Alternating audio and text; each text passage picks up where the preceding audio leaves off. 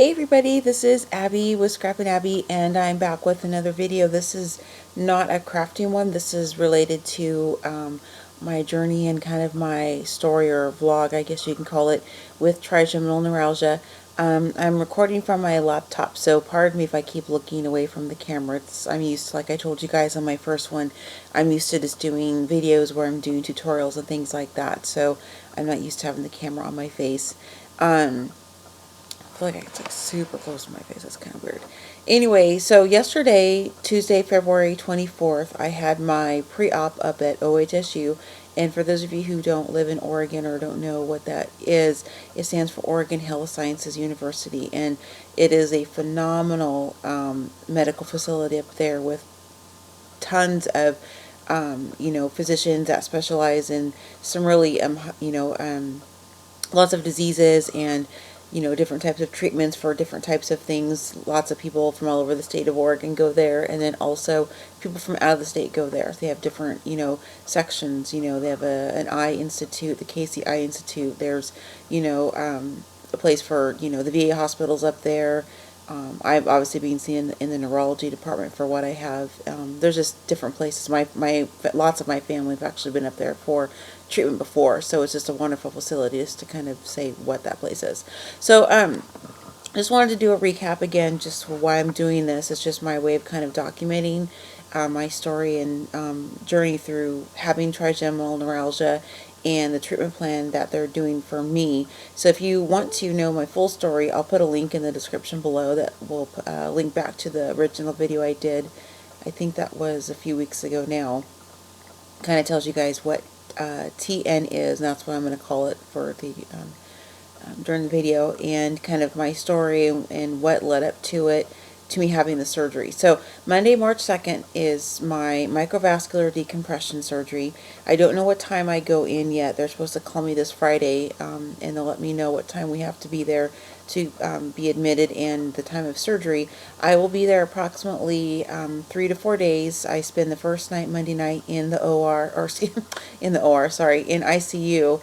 Once I'm out of OR and out of the recovery room, then they put you in ICU for the night. Sometimes you have to stay for more than one night if you're having complications, but fingers crossed that will not be my situation. And they keep you in the hospital for an additional 2 to 3 days, just to kind of keep an eye on you, make sure everything's going okay. You can go home a little bit earlier than that if you feel like you're up to it. That's what one of the neurosurgeons told me yesterday. And they kind of just, let the patient kind of decide once they're satisfied that you're doing okay. We live about, about 2 hours away from Portland, so we're about 2 hours south of Portland, and so, we'll probably stay as long as it's necessary for me to be there, since we're not super close in case anything happens. Pardon me, I gotta take a drink real quick, I apologize. It's my cute purple Starbucks cup, though. I love purple. Anyway, so that's what they told us. They went over, what to expect during surgery. Again, my trigeminal neuralgia is on my left side. It's like if you split my face down the center, it's all here for me. Tingling on my lips. I get the zaps and shocks on my face. I won't touch it so I don't trigger anything, but I get these zaps just all over, boom, boom, boom, right here. And then I have this super painful, deep ear pain. It feels like, I'm looking at myself in the camera, and it feels like I should have an ice pick sticking out of my ear as I'm talking to you guys. It's just really insane how this neuralgia makes you feel. So the surgeon, one of the neurosurgeons, Dr. Kim Burchell, is the head of neurosurgery, and he's the one who's really pioneered the MVD surgeries in Oregon. And as I mentioned in my first video, he has some content in the book Striking Back, which I forgot to bring downstairs again. Sorry about that. So he wasn't there for my pre-op because I had met with him previously a couple times, and so this was one of his neurosurgeons on his team, because it's like a whole team that works on you during this procedure. They were kind of going over what to expect and how the procedure was going to go. So I can't remember his name. I think he's from India or something, and so it was really long, and I just forgot what it was, so I'm sorry about that, but I'll try to put it in the description. Anyway, so he told me that what they'll be doing is just shaving a very small area of my hair right here, and then the incision's going to be, I'm trying to make sure my camera, he said the incision's going to be like from about here down to here. And then, you guys can watch videos on the MVD itself and kind of see the process of what they do. So they just talked about that. They're going to have and I can't remember for the life of me, just because I'm just really tired and I've been having a pretty painful day today. But the testing they do is the audio testing. It's some machine they hook up to your head when you're in surgery, so they can monitor your hearing and make sure there's not any issues with, having any type of permanent hearing loss after surgery. So I was happy to hear that they do that there, because I had read about that from some other material online and other people who've had this procedure. And then, he went over the different ways they close the skull after the procedure's over. For me, they're going to be doing some type of medical cement. They just feel like that's just a better way to close it. That's just what they're choosing to do. And another option would be the titanium plate with screws, but as it stands now, they plan on doing the cement to close the skull for me. And then they're going to be using dissolvable sutures, so I don't have to get any staples out or any sutures removed, so I'm glad about that. I used to nurse, and I did that for several years of taking out staples and sutures for patients, and I know it's not always a pleasant experience, so I was happy to hear I didn't have to have that done. And then we just kind of went over the final paperwork, signed everything. I mean, it was a little more involved than that. I'm just kind of doing a little snippet of what that part was. We were there for probably half an hour in the office just talking about the surgery and answering questions.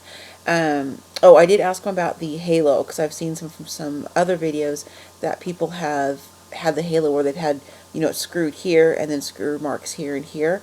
And he said they're using what they call a cranium, I keep forgetting what it's called, a cranial clamp. And he said that it does screw into the skull. He said, but they're going to place them here and here. They do it up high, kind of in the hairline. They try to hide it so you don't have visible scars across your face as much as possible. Obviously, if they had to do a whole row across my forehead to keep my head stiff during surgery, I would be okay with that, because I don't want to obviously have, any type of trauma, to my brain or brainstem during surgery if I moved or the table got bumped or something like that. But I was happy to hear that they do it up here. I do have a scarring problem. It's called keloids. Again, that's a completely separate topic, like I mentioned in my first video about this process. So I won't go into that, but it is a concern because it's not just the visual of having these big scars are extremely painful. And I've had several surgeries to rectify that since I was 12 years old up until, current.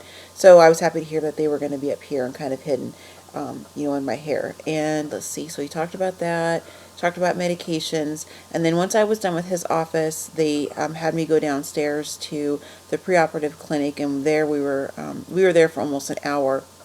They bring you back and you get your vitals again, and then you meet with a nurse practitioner, and then they go over everything for surgery. And this was it wasn't funny. The lady, she corrected herself, but this is why they have you do that. She walked in and she said, oh, so we have it down that you're going to be having the radio frequency surgery or procedure next week. And I looked at my husband and we were like, no. I said, I'm having the microvascular decompression, and I first said MVD, and she kind of looked at me like, what? And I told her what it was, and she's like, oh my goodness. She goes, I'm so sorry. And she looked at my chart, and apparently there was a few other people in the same pre-op clinic in the back that were having different procedures done for trigeminal neuralgia next week as well. So she just briefly, I'm not talking bad about OHSU at all. She just briefly said, oh, sorry, I just left a room from somebody else who's having that. And so I was glad to find out that they really had the correct procedure in my chart, or in the system, because I'm not having the radio frequency, mine's the actual MVD. So once she got that cleared up, which was, like I said, just an error on her part, it was not a big deal. She went over, surgery as far as, my medications I can take the day of surgery, which ones I can't, what I cannot take between now and surgery. And they did an EKG, did some blood work, just kind of some routine things. I have high blood pressure. I'm hypertensive. I have been since I was 19. At least that's when I was first told. So I take 2 blood pressure pills every day, and I have for decades. And they kind of went over that, which is why they did the EKG for me, and everything looked great. So that was good to see. Let's see, what else they talk about. They also told me that, I would find out Friday what time I'm supposed to report to the hospital for surgery. If it's too early, we're going to spend the night up in Portland Sunday night, just because it is like I said, a 2-hour drive for us, and we just don't want to get caught in traffic or anything like that, or have any complications and make me check in late. Let's see. almost at 10 minutes. Sorry guys, I'm trying to keep it at 15 if I can, or 20 at the most. So we talked about that, and she gave me the Hiba Cleanse. I was going to bring the bottle down here and show you guys too, but I'm sure everybody can Google and see what that is. You can buy it at, Walmart and Rite Aid, that kind of thing. But they gave me a bottle, and I'm supposed to use it, obviously, to shower the night before surgery, and then the morning of. I'm not supposed to do anything with my hair as far as putting any product or anything in it. They didn't tell me to wash my hair. I didn't with anything special or any type of, any type of antiseptic cleanser or anything. And I've seen from some other videos from people who've had this procedure done, they were told to wash their hair with some kind of special soap they were given by the hospital, and they didn't give me anything to do for my hair. So what I'll be doing is washing my hair Sunday night, and then just combing it out, and then having my daughter braid it for me once it's dry, because if I don't put product in this hair, it is like out to here, even farther than that. So so I was kind of like, oh great, so I'm going to take care of my hair the night before, so it's not this big massive rat's nest for them come Monday morning, and because if I don't put product in my hair, it's not pretty. So that's all they told me for that. Let's see, of course I already told you guys that I'd be in the hospital for 3 to 4 days. Let's see, they gave me tons of paperwork as far as, what to expect, preparing for surgery, a pamphlet on anesthesiology, or anesthesia, and they didn't go into a lot of detail about that, because of course the day of surgery they come through when you're in the pre-op area, and they go over anesthesia and medications and things like that very thoroughly. So I know that that'll be a process on Monday. I'm not a stranger to surgery. I've had close to 41 now, starting since I was 12, and I'm talking like under general anesthesia type of surgery. So I've had a lot of surgery. So I'm not worried about anesthesia or the process, but this is a completely different type of procedure. I've never had my head operated on, let alone on my brain, so it's a little bit different in that regard, obviously. So they were very thorough, answered all of my questions and my husband's questions that we had about everything. But I really feel like I was pretty prepared, because I've been doing a lot of research on my own since I found out I've had TN, and then especially since I found out I was going to have the MVD done. And then I also have some friends in real life who've had the surgery as well. So, and I've reached out to a lot of you on YouTube who've done some journeys, vlogs and things like that of what your process was. So again, I think everybody who's done that, it's been helpful, even for those who don't have TN1 or just the Trigeminal Neuralgia Classic, I guess you can call it, like I have, because even reading about the different types of neuralgias, you have occipital and things like that, it's been helpful knowing what you guys do for, little things to help with the pain and discomfort, or, relieve it as much as you can, and all that. So that's kind of, again, why I'm doing this, so I can be a voice for other people who are looking for this kind of content on social media, because I've just been scouring for months, and I just haven't come across a lot specifically to this. So, I kind of wanted to do my part. And sorry if the laptop's moving. It's on my lap, obviously, and I keep moving my legs around, so I apologize for that. Let's see. Oh, I was going to show you guys. I ordered this bracelet. It's, I'm not sure you can tell because of the glare. You can flip it this way, whichever way you want. But it's the teal color and the ribbon for trigeminal neuralgia. I ordered it from this lady on, I found her on Facebook through a support group. And the name of her Etsy shop is Shop with a Mom Boutique. I'll put a link to her Etsy store in the description below. But this is how it comes packaged. Oops, whoa. Just on this little thing, and it has a little paper in here. It tells you how to care for your bracelet and how your jewelry. So she hand makes these, and they're really nice. I mean, I've had mine for a few weeks, and I wear it every single day. And I haven't, I'm trying to open it so I can take it out and show you guys, but here we go. I haven't had it break or anything. I mean, I'm not like, yanking on it and putting it on that far, but, it's elastic and it fits great.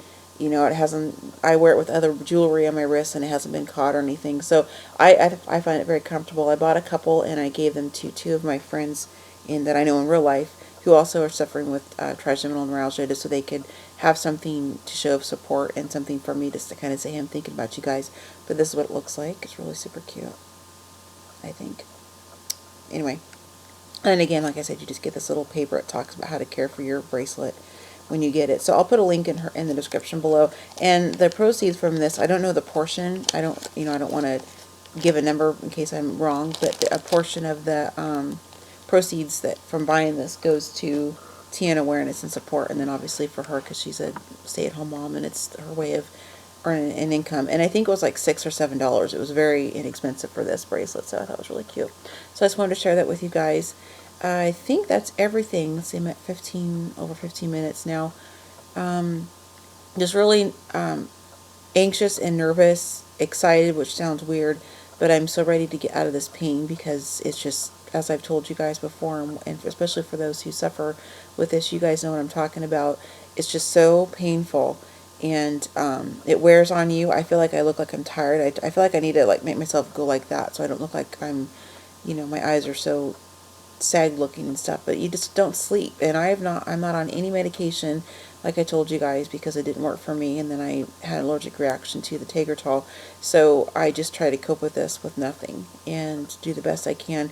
But now I'm just down to 5 days, 4, not counting today, and just trying to get things prepared.